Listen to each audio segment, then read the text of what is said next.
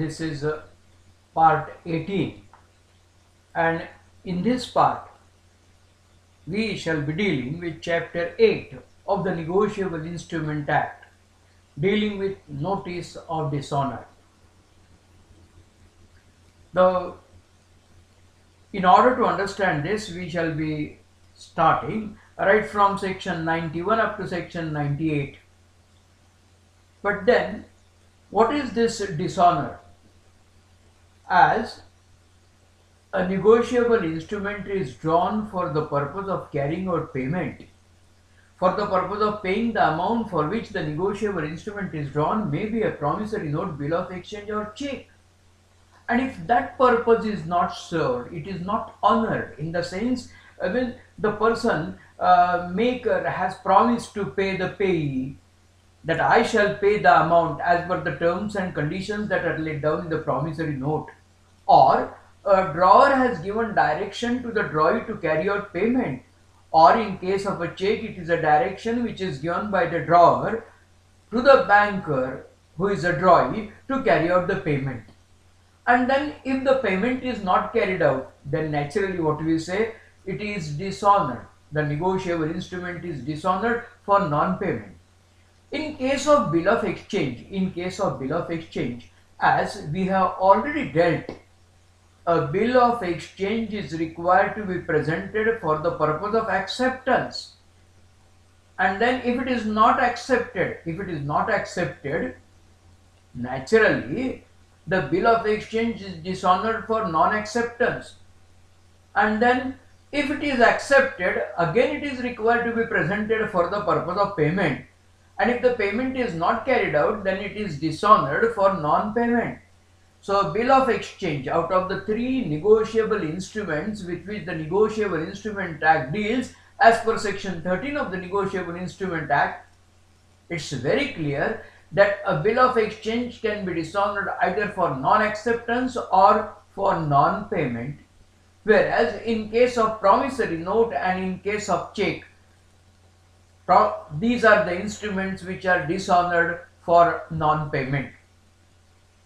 Now, as this is put into circulation, and this can, we have dealt with this so far, that there is no restriction as to the number of the hands through which a negotiable instrument can be transferred, namely negotiated. No restriction. Only there is one restriction. If a person wants to claim or wants to become a holder in due course, he must receive the negotiable instrument before maturity. And then you can understand the maturity of a negotiable instrument when you read the negotiable instrument as a whole. No problem. We had, at the time of discussing the concept of holder in due course, we have learned this, that well, if you want to become a holder in due course, then you must get it before maturity, and for the purpose of understanding the maturity of a negotiable instrument, we dealt right from section 21 up to section 25 of the Negotiable Instrument Act. So now, in a case where the negotiable instrument is put into circulation, the party may be Mr. D, E, whoever may the party, wants payment. So he will follow the procedure.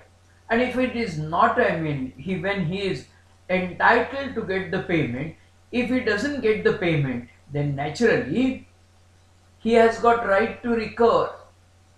But in order to recover this amount, so if the maker doesn't carry out payment with respect to the promissory note, or if the bill of exchange is dishonored for non-acceptance, or if it is accepted and the acceptor doesn't carry out payment, then we say it is dishonored for non-payment, or if the bank check is returned by the banker, whatever may be the reason, but the payment is not carried out by the banker, what is the remedy that is available to the person who had taken promissory note to the maker, who had taken bill of exchange to the drawee or to an acceptor, or who had taken that to the banker, is the question for our consideration.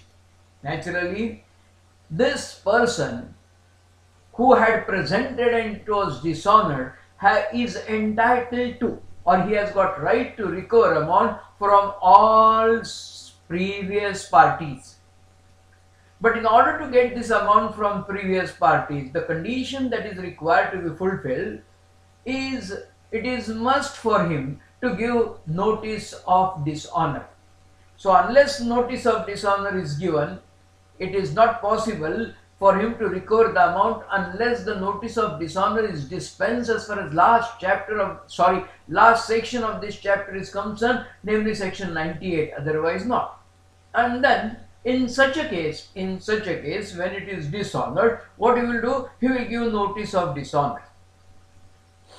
If A has drawn it in favor of B, B has passed it on to C, C to D, D to E, and E to F. When F has presented and it is dishonored, F has to make it known to the parties from whom he wants to recover the amount that it was presented, it was dishonored, and hence I will now recover this amount from you. By getting a notice of dishonor, if the party has carried out the payment, that is the end of the story. But if not, then naturally Mr. A is entitled to go to the court of law to file a suit. And this suit is maintainable in a court of law, provided the first question that will be asked by the court of law is whether you have served a party from whom you want to recover amount from defendant. Yes. And you say that he was a previous party. Yes, no problem. But have you served him with a notice of dishonor? In other words, if a notice of dishonor is served, and the party will come to know without matter going to the court of law if the payment is carried out, that serves the purpose from the point of view of the object of the negotiable instrument. So that is the purpose that is served, and hence this is now, if we start right from section 91, section 91 says dishonor by non-acceptance, and it says a bill of exchange is said to be dishonored for non-acceptance when the drawee or one of the several drawees not being partner makes default in acceptance upon being duly required to accept the bill, or where presentment is excused and the bill is not accepted. Now that also we have learned section 76, if you have not forgotten, and this is the way in which you have to go on remembering the section. This is what is known as memory by association. Can't help. This is unless you follow this practice, it won't be possible for you to have mastery over the provisions of the Negotiable Instrument Act with which we are dealing. Further part says where the drawee is incompetent to contract or the acceptance is qualified, the bill may be treated as dishonored. So now the bill of exchange is taken to the drawee, and the drawee says, I am not going to accept. It is dishonored for non-acceptance. In a case, drawee is incompetent to contract. Parties must be competent to contract, and competency of the party is dealt as far as section 11 of the general principles of contract is concerned, right from section 1 up to section 75. So now this drawee is incompetent to contract, or the acceptance is qualified. Qualified acceptance is no acceptance. Acceptance must be communicated by the drawee to the person who has presented it for the purpose of acceptance within a period of 48 hours, excluding the public holidays. Yes. If drawee in a case has said, well, this is drawn for the amount of 10,000, I will only pay 5,000. No. It is made payable at X place. I won't play at place X, but I will play at place Z. No. It is required to be paid in the month of December. I won't pay in the month of December, but I will pay in the month of January. This is qualified acceptance. If you remember, we dealt with that to a certain extent, and hence now this is the time when it is dishonored for non-acceptance, when it can be dishonored for non-acceptance, when he communicates or within a period of 44 hours excluding period, namely public holidays, if there is no communication after expiration of this period, Mr. E should take it for granted that it is dishonored for non-acceptance, and he has to resort to further steps that are required to be followed as far as this chapter is concerned. With this now, dishonor by non-payment is dealt by section 92, and what it says, a promissory note, bill of exchange or check is said to be dishonored by non-payment when the maker of the note, acceptor of the bill or drawee of a check makes default in payment upon being duly required to pay the same. So there is default on the part of the maker, there is default on the part of the acceptor, there is default on the part of the say banker. In case of a check doesn't carry out the payment, then it is said that the negotiable instrument is dishonored for non-acceptance as far as section 92 is concerned. So with this we have read so far, it can be dishonored for either non-acceptance or non-payment. Now if it is a case that it is dishonored, the next section, section 93 says by and to whom notice should be given. And it says, when a promissory note, bill of exchange or check is dishonored by non-acceptance or non-payment, the holder, as we have dealt with the case where Mr. E, who is a holder thereof, or some party thereto who remains liable thereon. So it is required to be given by holder or one party who is liable, must give notice that the instrument has been so dishonored to all other parties whom the holder seeks to make severally liable thereon, and to someone of the several parties whom he seeks to make jointly liable thereon. And further part of the section says, nothing in this section renders it necessary to give notice to the maker of the dishonored promissory note or the drawee or acceptor of the dishonored bill of exchange or check. Nothing in this section renders it necessary to give notice to the maker of the dishonored promissory note or the drawee or acceptor of dishonored bill of exchange or check. Why? For the simple reason that these are the parties who were in default. If the maker doesn't carry out payment, no notice is required, because what is after all notice? Notice is knowledge. Maker knows that there is a default on his part. In case when bill of exchange is presented to the drawee and there is a mind well, the question of liability of the drawee doesn't arise as long as he has not accepted the bill of exchange, because the liability of the drawee starts only when he has accepted the bill of exchange, otherwise not.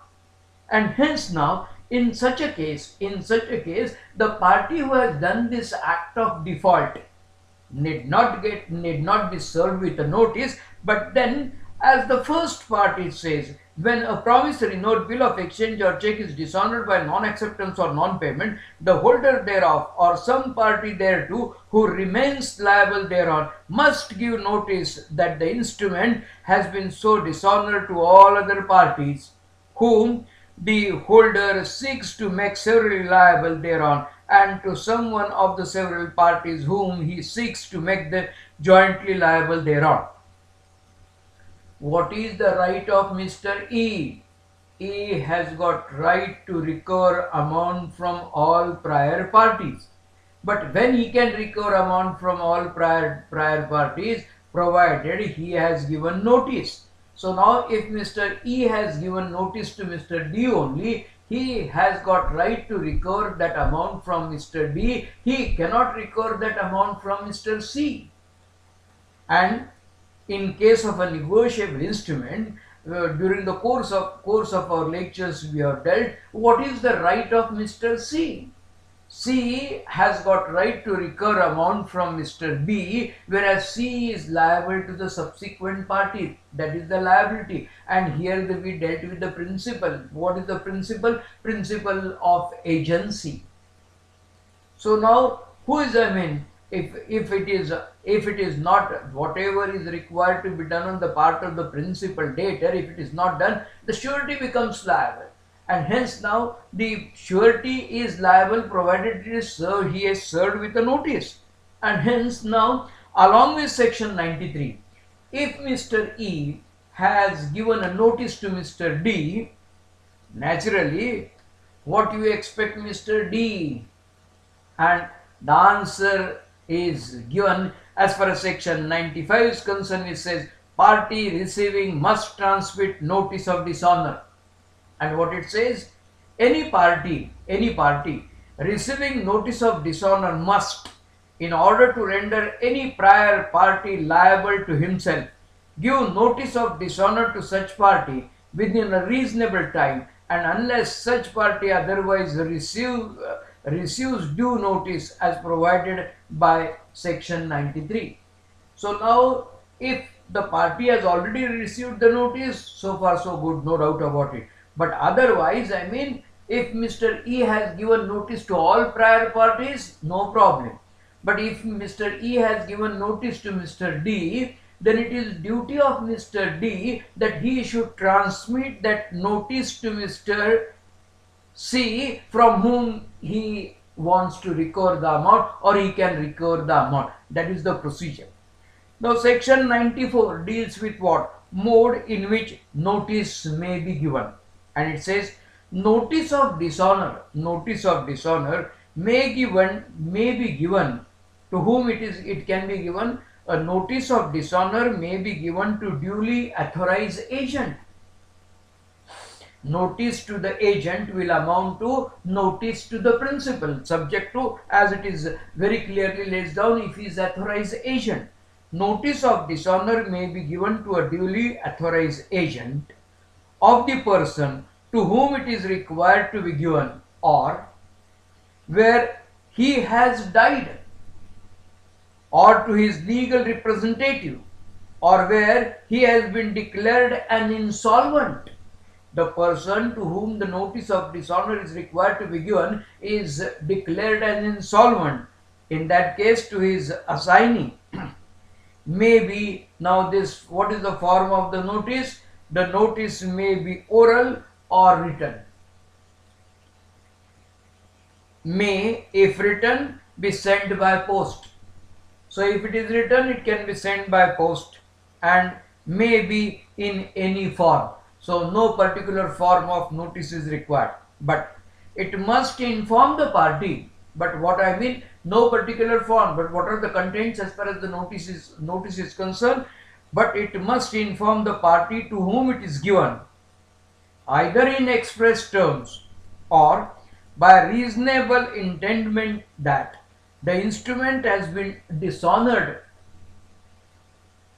and in what way it is dishonored, and that he will be held liable thereon.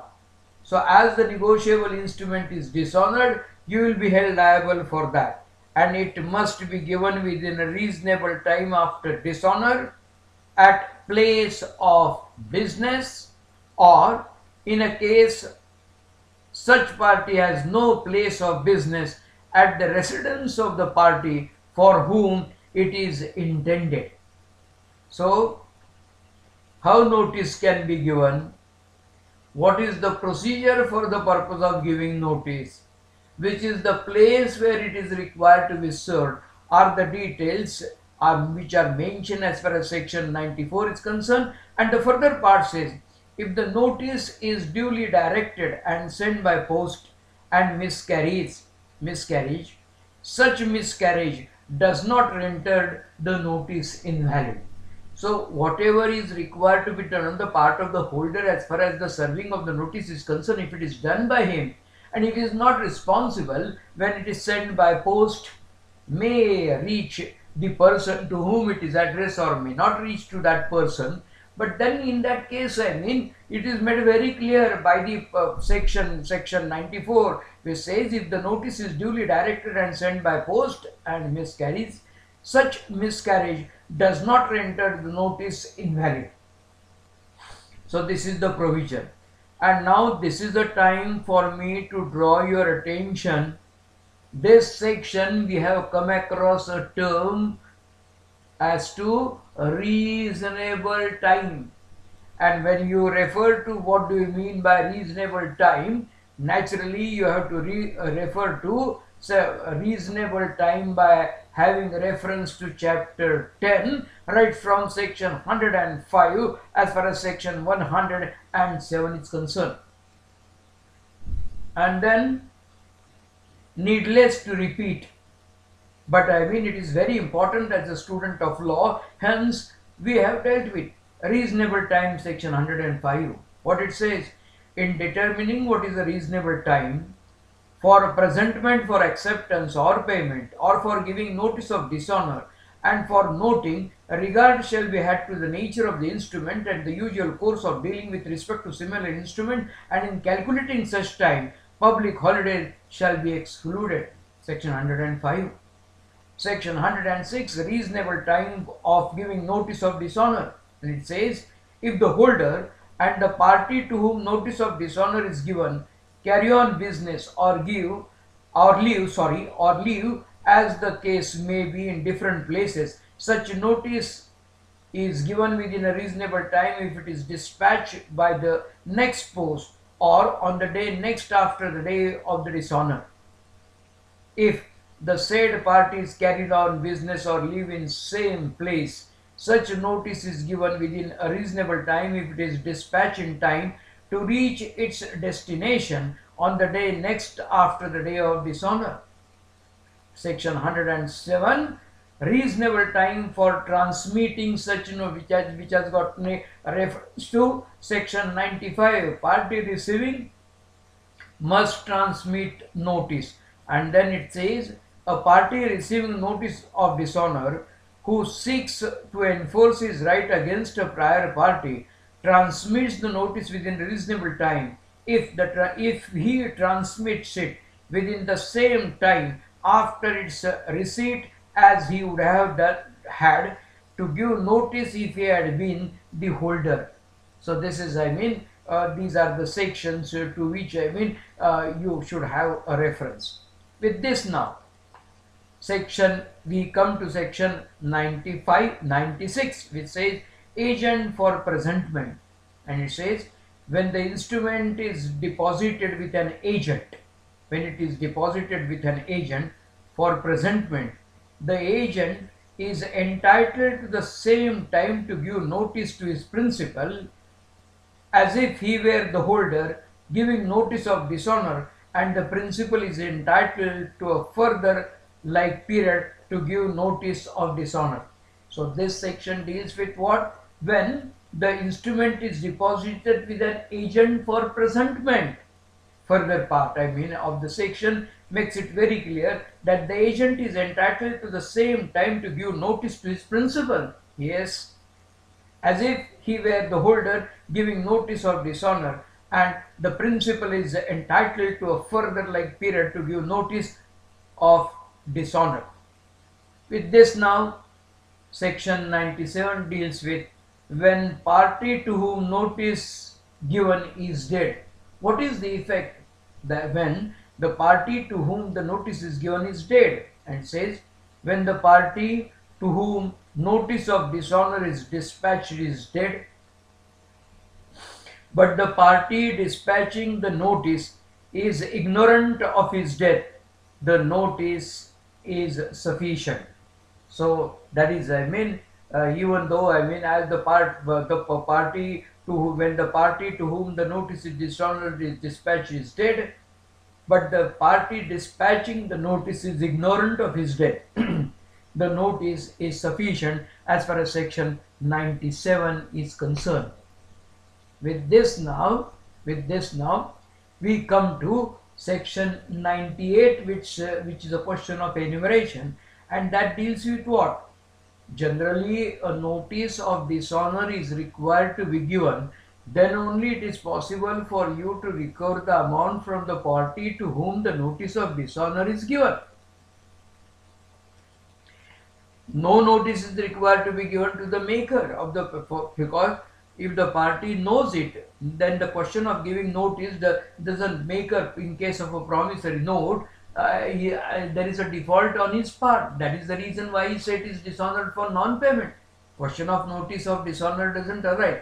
But if at all it is required to be, amount is required to be recovered from any other party, prior party, a notice of dishonor is a must.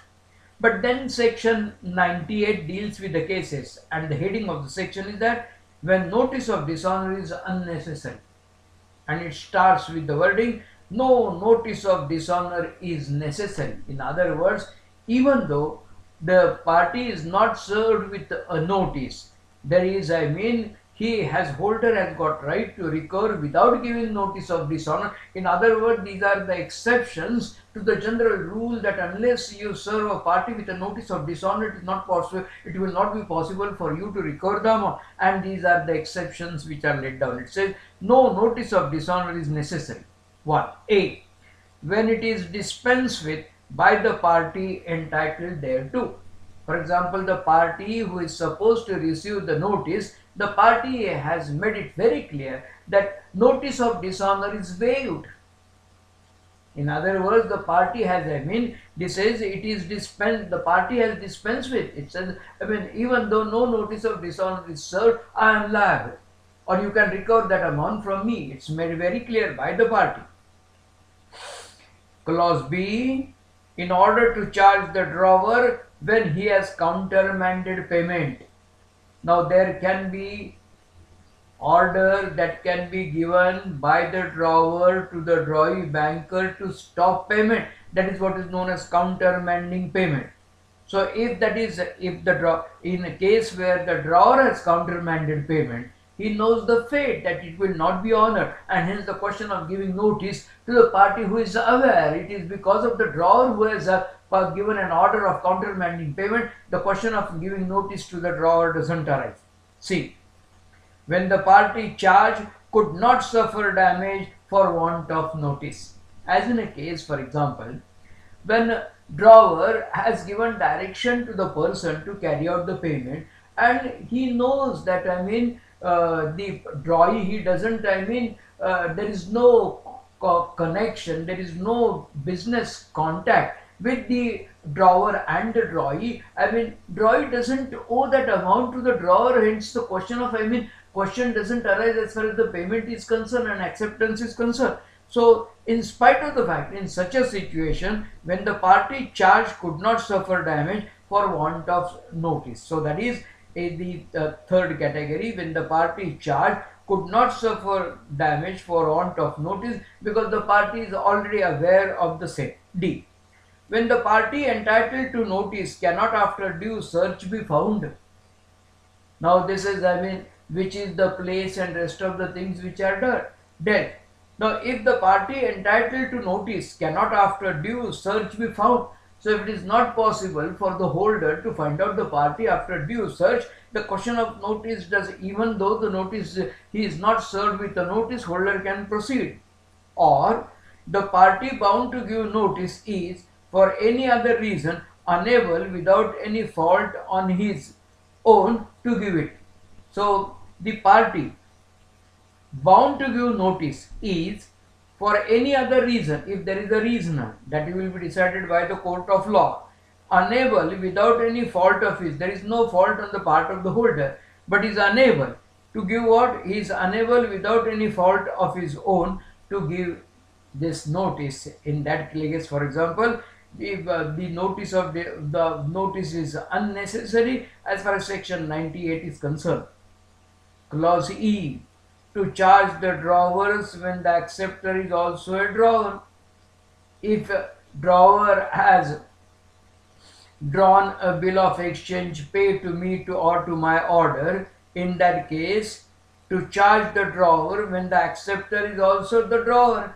Because there we have, during the course of the discussion, we have learn this relationship between the parties, and in such a situation, in to charge the drawers when the acceptor is, or when acceptor is drawer, the question doesn't arise.